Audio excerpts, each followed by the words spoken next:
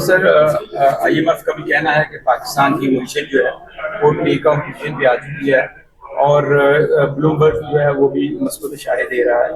ऐसे में चाइना के जो सदर हैं वो भी पाकिस्तान आ रहे हैं, तो जाहिर बात है उससे भी पाकिस्तान की मीशत घटी है।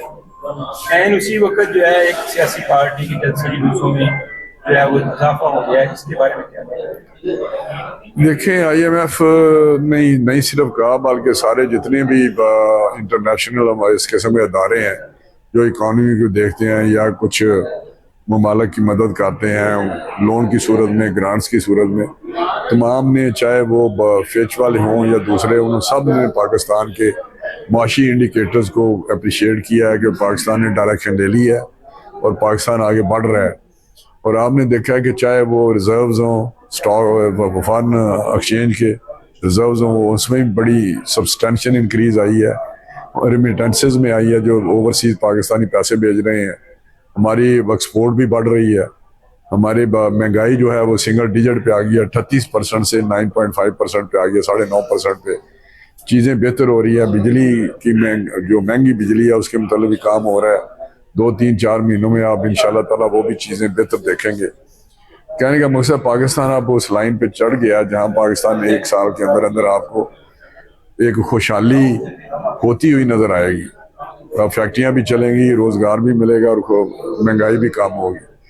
लेकिन एक जो फितना इंतशार वाली पार्टी है, उसने जिस तरह पाकिस्तान में इंतशार फैलाया हुआ है वो आपके सामने है। इसके बावजूद ये चीजें हुई हैं, बेहतरी की तरफ हम बढ़े हैं। तो मैं समझता हूँ वक्त आ गया अब कौम सोचे। जिस तरह लाहौर का जलसा आपने देखा नाकाम हुआ, जिस तरह इस्लामाबाद में नाकाम हुआ, अब कौम उस तरफ चल पड़ी है कि ये एक फितना और इंतशार है। ये अल ख्वारिज वाले हैं, ये जो PTI वाले लोग हैं। तो मैं समझता हूँ कि कौम को शऊर है, कौम समझती है और इंशाल्लाह आने वाले दिनों में आप बेहतरी महसूस करेंगे और कौम कभी भी इस फितने के साथ नहीं चलेगी बल्कि इस फितने को मुस्तकिल दफन कर देगी। हैं? ये बानी PTI का कहना है कि ये जो आईनी तरमीम है ये 3 अंपायरों को एक्सटेंशन देने के लिए। बिल्कुल नहीं, ऐसी बात नहीं। ये जो हम आईनी अदालत की बात करते हैं, ये आज से नहीं, ये 25-30 साल से बात चल रही है। कौन सी वकला की बार एसोसिएशन है जिसकी ये डिमांड नहीं है? कौन सी पॉलिटिकल पार्टी है जिसकी ये डिमांड नहीं है? खुद PTI की ये डिमांड थी कि आईनी अदालत होनी चाहिए। उसकी कंपोजिशन क्या होगी, उसमें जज किस तरह अपॉइंट होंगे, उसमें बात हो सकती है। वो हम पॉलिटिकल पार्टीज को कह रहे हैं वो बात करें, और किसी को किसी जगह पे इतराज है तो हम उसको दूर करने को तैयार हैं। अगर मुखालफत वगैरह मुखालफत करनी है एक अच्छी चीज की, आप बताएं 60, पता नहीं 60,000 के करीब, या मुझे तो फिगर का सही नहीं पता, लेकिन सुप्रीम कोर्ट में आम आदमी केसेस पड़े हुए हैं। 30-30, 40-40 साल से लोग केसेस भुगत रहे हैं। एक नस्ल से दूसरी नस्ल केसों में फंसी रहती है। यही है कि इन्हीं जो मामलात हैं, ये पॉलिटिकल मामलात और इन्हीं मामलात पे सारा दिन उलझे रहते हैं और जो आम आदमी के केसेस सुने नहीं जाते। उसके लिए कुछ बेहतरी की चीजें ला रहे हैं, जैसे मैं समझता हूँ इन्हीं मामलात एक तरफ चले जाएं, वो जज लगे रहें जो सीनियर जज हो, जो आइन को समझते हों और उसकी वो तशरीह जो है इनकी करती रहें। इस तरह तो नहीं कि 63A की जिस तरह तशरीह की गई वो रीराइट, वो कहते हैं दोबारा एक आइन लिख दिया गया है, इन से हटकर एक उन्होंने उसमें डाल दी चीज है इनमें।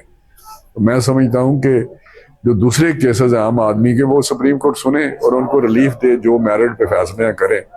तो ये तो एक बेहतरी की तरफ हम जा रहे हैं, जिसको एक खाम खा सियासत की नजर किया जा रहा है। सियासत की नजर ये चीजें नहीं होनी चाहिए।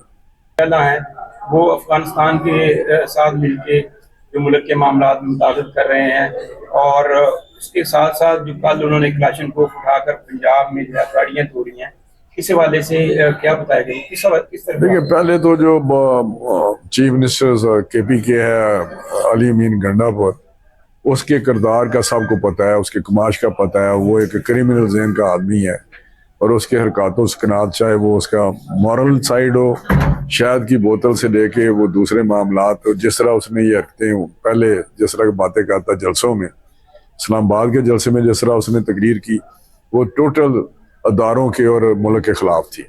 इसी तरह जो यहाँ उसने आके रखते हैं कि खुद चीफ मिनिस्टर खुद क्लाशन को उठा के अगर ये काम करे तो आप समझ लें कि ये कौन लोग हैं, किस तरह के लोग हैं। बाकी रही बात कि उन्होंने सुप्रीम कोर्ट जाने का ऐलान किया है, वो तो वही पीटीआई फितना फसाद वाली बात है। बाकी जो है वो नहीं देख रहे कि स्पीकर नेशनल असेंबली ने क्या लिखा है। वहाँ वो सिंध स्पीकर ने या पंजाब के स्पीकर ने क्या लिखा है, वो भी तो देखे ना। अगर एक ऐसे शख्स जो पहले ही हम कहते हैं इंतशारी हैं, फसादी हैं और आईन और कानून से बालातर अपने आप को समझते हैं, अगर वो बात करें तो मैं समझता हूँ उनकी बात को तो सुनना भी नहीं चाहिए। सर एक और बिलावल भुट्टो साहब का कहना है कि इमरान खान को किसी सूरत एनआरओ नहीं मिलेगा, इस हवाले से आप क्या कहते हैं? देखिए, जितनी भी उनकी कोशिश है आप देखेंगे तो उनका एक ही बयानिया है कि हमने इमरान खान को बाहर जेल से निकालना है। उनका उसका मतलब क्या है कि हमें जेल से, उनको ना मुल्क से है, ना कौम से है, ना किसी के मामलात जो मसाइल हैं कौम जिसमें गिरी हुई है उससे है, ना रियासत से है। उनका एक ही मसला है कि जी हमने अपने इस बानी पीटीआई को जेल से निकालना है। एजेंडा एक है जिसके लिए कौम को इस्तेमाल कर रहे हैं, तो वो अदालतें हैं, केसेस हैं, वो फैसला करेंगी। तो मैं समझता हूँ कि अगर ये उनका एजेंडा है तो कौम को समझ जाना चाहिए। आज तक उन्होंने कोई और बात की है? कोई उन्होंने महंगाई पे बात की हो, उन्होंने कोई बेहतरी की बात की हो, किसी आम आदमी के मसाइल की बात की हो असेंबली में? एक ही बात है कि उसको हमने निकालना है। जहां तक उसने अफगानिस्तान से कहा बात करने को, ये सरीहन ये एक किस्म का मुल्क से जो एक मैंडेट ही नहीं है उसका आईनी तौर पे, उसको वो अगर बात करेंगे तो वो स्टेट विद इन स्टेट तो नहीं हो सकती, मुल्क के अंदर एक नया मुल्क तो नहीं हो सकता। वो तो अफगानिस्तान की हुकूमत ने कहा है कि ये कौन होते हैं, इनसे हम नहीं बात करेंगे। हम बात अगर कर सकते हैं तो जो हमारा फेडरल गवर्नमेंट है या एक मुल्की सतह पे हुकूमत है उससे बात हो सकती है। वो तो उनका बयान आ गया है। वफाकी वज़ीर